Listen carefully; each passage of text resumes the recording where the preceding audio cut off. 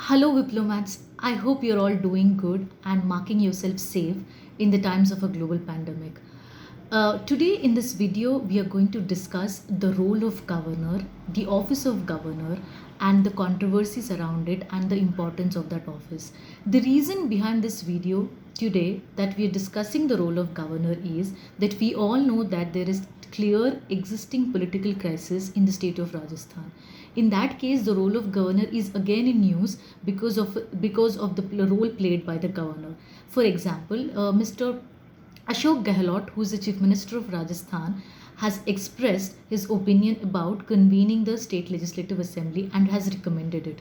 However, the governor has denied it and did not call for the state legislative assembly. In that light, we are going to explore and deeply understand the office of governor, why it is important, what are its constituent parts, and what are its constitutional mandates, and also why it is often in the news. That is the schema of the things that we are going to follow in this video. Now, the role of governor. Who is a governor and what is his role in democracy? We all know that according to the Constitution of India and the kind of democracy that we have established, India is a parliamentary and representative democracy where member of parliaments and member of state legislative assemblies are elected by the citizens of the country in a representative way. On that note, we all know the role of governor at the state level is a crucial factor in establishing a healthy democracy. Now, who is a governor? Governor is the chief executive head of the state. We all know that the state executive contains governor, chief minister, council of minister, and advocate general of the state. So all these four characteristics come together form the state executive. And we all also know that article 153 to 167 part 6 of the Indian constitution clearly mentions about the role of governor and also the state executive. In that case, we all need to understand one important factor, that for example, at the central level we have someone called vice president, but at the state level we have no such office called vice governor. Unlike the central government, at the state level we have only governor. There is no office of vice governor. Also also we all need to understand and establish one fact very clearly in our minds and also keep that while reading is governor is the chief executive head of the state, one, and two, he also acts as an agent of central government to the state. That means he has a dual role.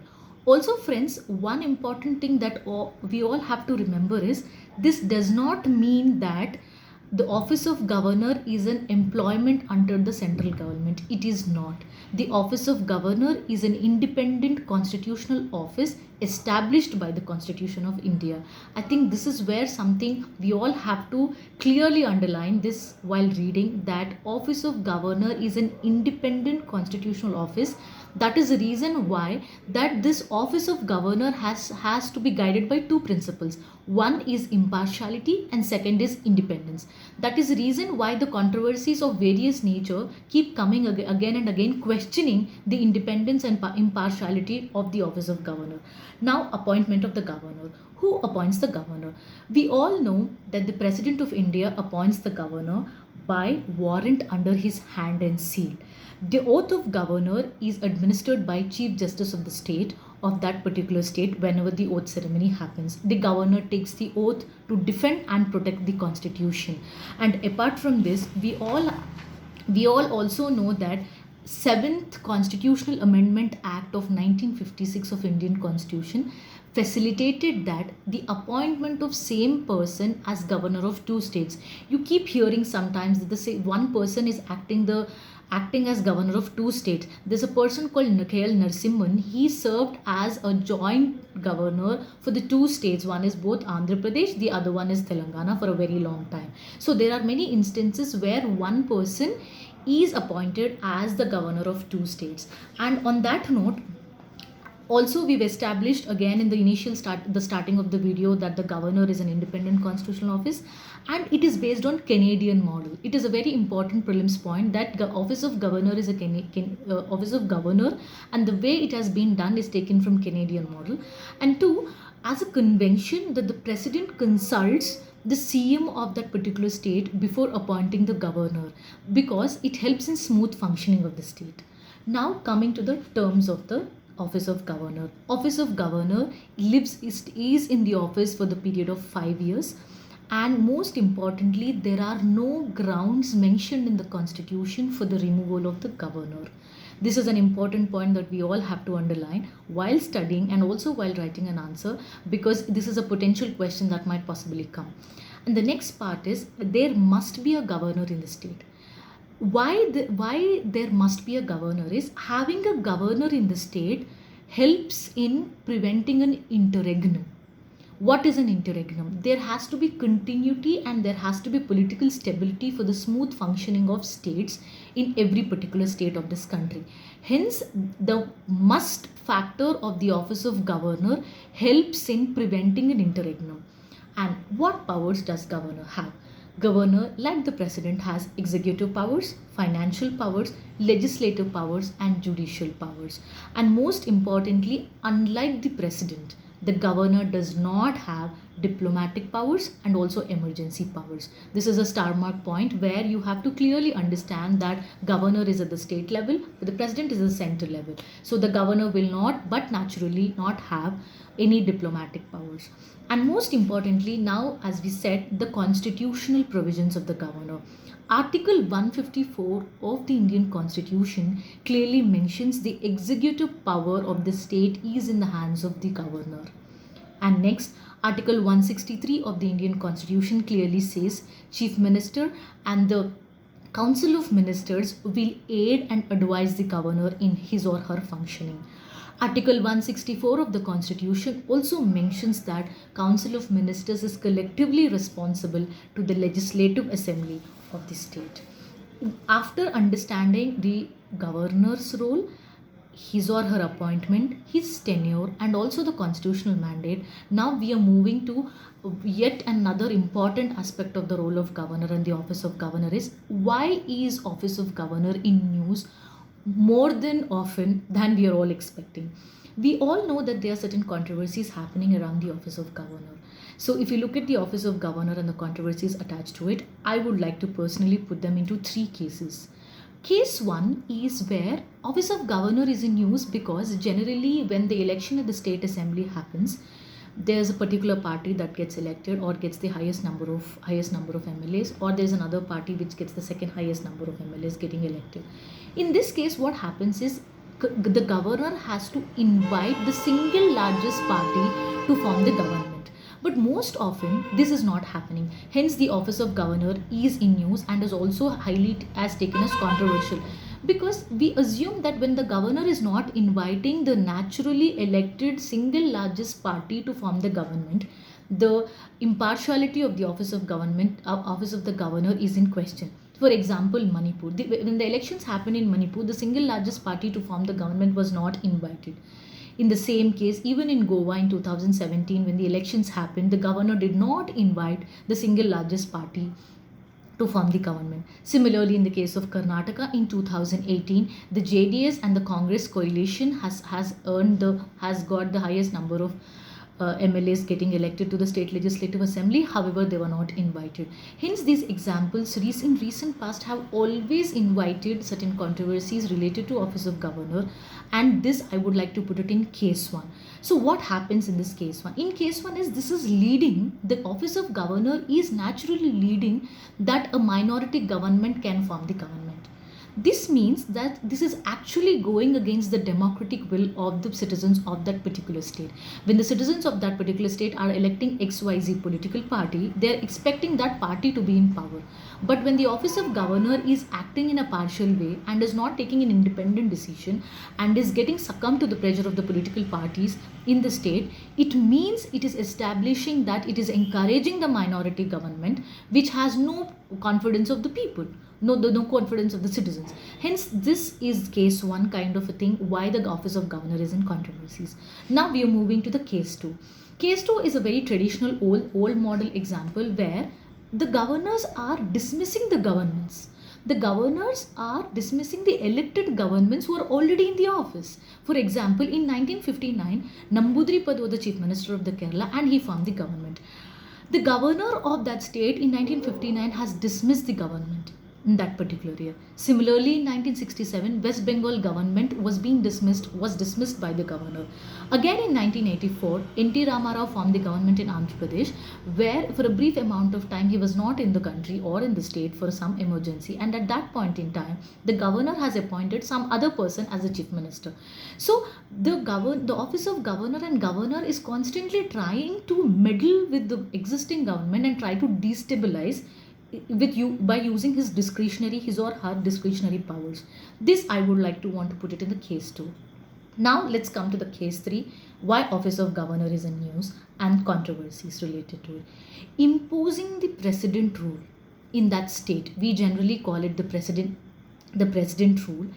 Why governor who is supposed to act as a independent constitutional head or the chief executive head of the state is acting in a partisan way and imposing a presidential rule in that government?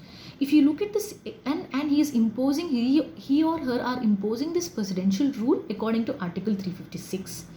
And article 356, I would like to put it in case 3, as I said before. The textbook example of this case 3 would be Arunachal Pradesh in 2016 and also the Uttarakhand in 2016.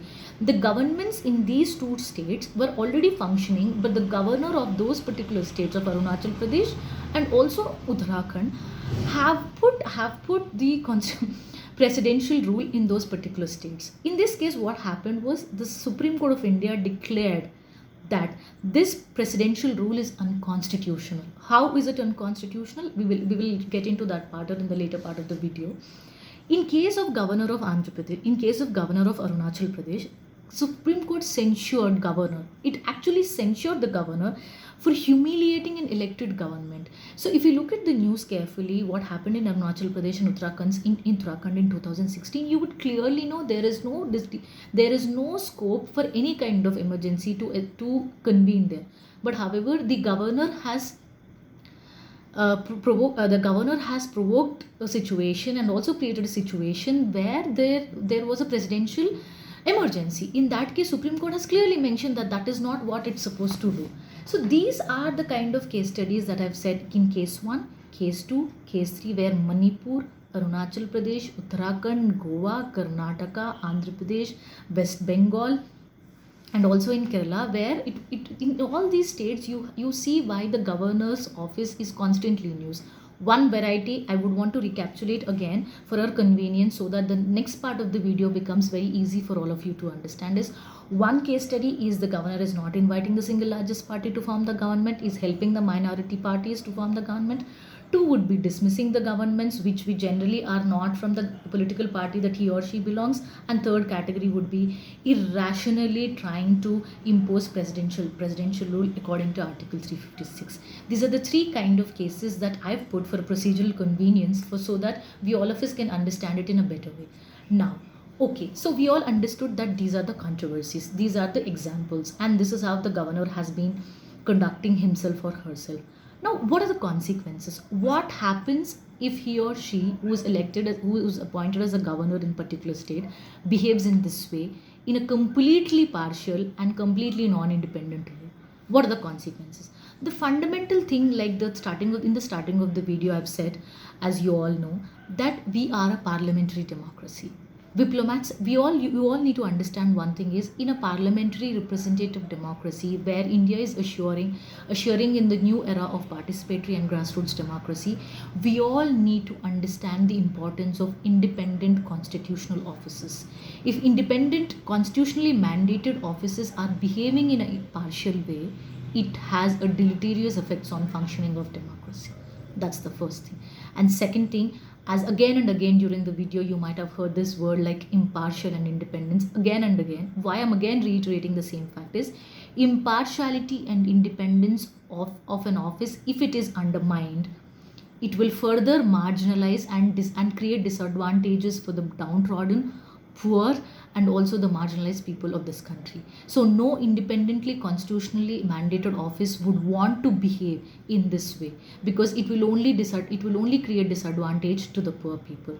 And 3, impartial functioning can actually lead to horse trading. I mean, we all know that if you look at the news, there are some MLAs from one political party want to go to another political party without even giving up their membership of that political party, and also as a member of the state legislative assembly. So these MLAs, group of MLAs, want to join one party for their own benefits, trying to destabilize the government. In that cases, if the governor is not acting in an impartial way, it might actually encourage horse trading.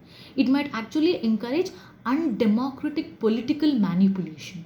So what happens in undemocratic political manipulation is we will not be able to understand the democratic ethos that this country is standing. And the democracy, and if we use the word democratic, that is also part of a basic structure doctrine: welfare state, democratic, secularism. These are certain factors which are fundamental and basic structure doctrine of our constitution. So one cannot compromise on these values that our founding forefathers and the entire freedom struggle, the spirit of freedom struggle, has stood for. And four, as I mentioned before, again, it perpetuates minority governments. When the group of citizens of one particular state are electing an X party, if Y party is forming the government, it is exactly acting against the will of the people. So it is exactly acting against the democratic principle. So it is becoming undemocratic by delegitimizing the very principles that they are getting elected. So it completely nullifies the spirit of democracy. And five, what happens in this case when there is a political interregnum being created by the office of government? Let's say we already have a partisan speaker in that state legislative assembly. What happens is that particular partisan speaker can actually use this time and create further instability and start disqualifying the members who does not pay heed or attention to what he or she wants. So in this process, what is happening is one constitutional independent office not being independent and not being impartial is also making and forcing other constitutional bodies acting in an unconstitutional way. If you try to imagine, there are certain four pillars of a hut. If one pillar is being broken, automatically it burdens the other pillar. If that pillar is also broken, it automatically burdens the third one. If third is also broken, it puts a burden of fourth, and finally the hut collapses. In the similar way, if the office of governor is not functioning well, then it affects the office of speaker. If the office of speaker is not functioning well, there can be no parliamentary democracy, and there cannot be healthy lawmaking process in the state legislative assembly. If there is no healthy lawmaking process in the state legislative assembly, it crumbles the entire democratic functioning of that particular state. And imagining this is the same case happening in all the states. The entire concept of democracy that we are all trying to cherish, and that we all are trying to proudly claim that India is the largest democracy and is also trying to make itself a mature democracy, falls flat.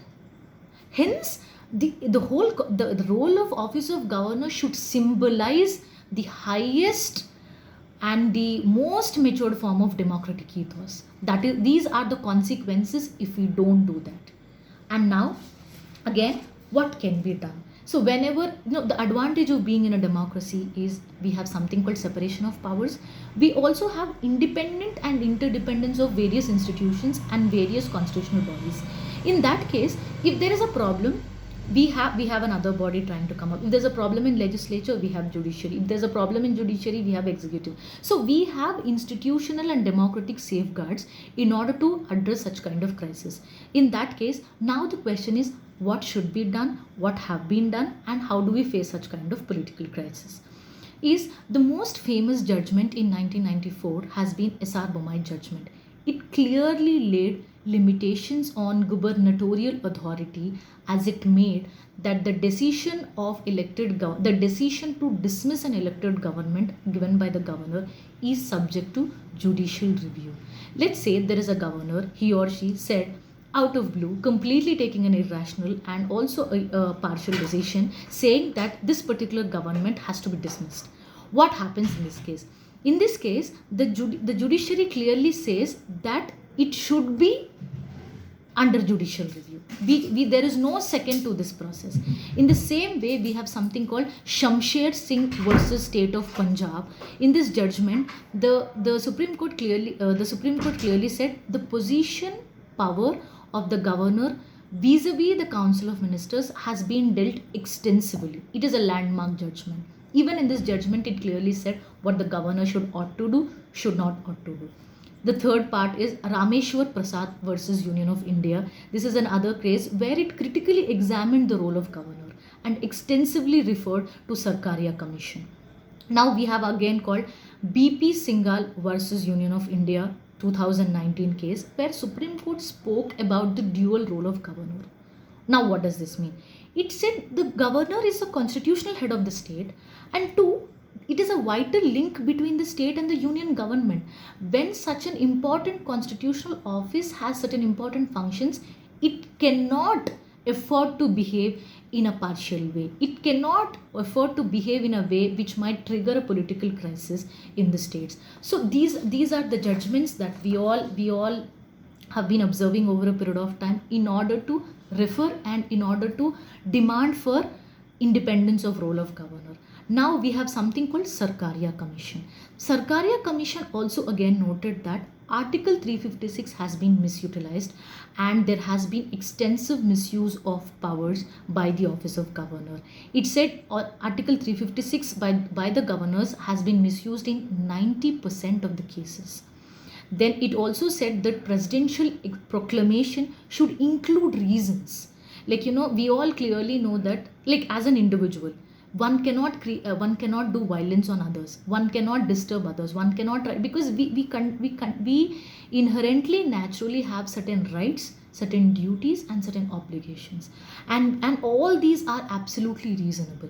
In the similar fashion, the Sarkaria Commission also said there have to be reasons, quote unquote, that it cannot be unreasonable. It cannot be unreasonable and it cannot unleash its irrational decisions in bringing in presidential emergency in the states. It also said that center should issue a warning. Let's say if the state governments are not functioning, the center has to issue a warning. Or it should actually, the main point is it cannot be a mere political purpose, because when it's a constitution, when it is an independent constitutional office, it has to work according to the provisions of the constitutions. It cannot take decisions based on mere political reasons. If we start taking the decisions on mere political reasons, it might create instability of every order in every state possible. This was clearly observed by Sarkaria Commission. And it also said that the Article 356 should be amended so that the president can empower to dissolve the state legislature only after approval of the parliament. Only after the approval of parliament. Again, if you see the institutional checks and balances, it's not mere president, it's not mere governor, but it's governor, president, and also the parliament. This means we have multiple institutional safeguards to maintain the political stability of the state and also of the country. This was clearly observed by Sarkaria Commission. Later, we also have another commission called Punchi Commission. It also said, it recommended the provision of localized emergency. That means we have to, that is tackling the issue at the town or the district level. Let's say let's say Telangana has 33 districts now.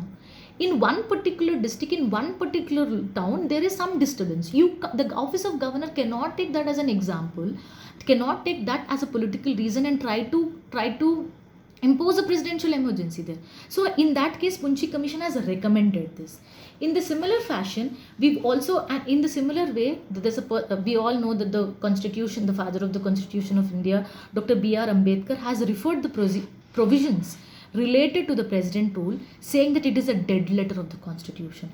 Because if we start implementing it mindlessly, if we start implementing it in an irrational way, it becomes a mere dead letter. It has no meaning to it.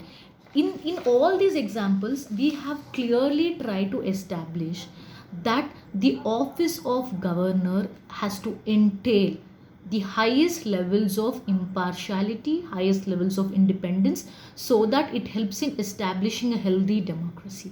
This is the crux of today's videos, friends, because why are certain judgments, why are certain commissions focusing on certain aspects?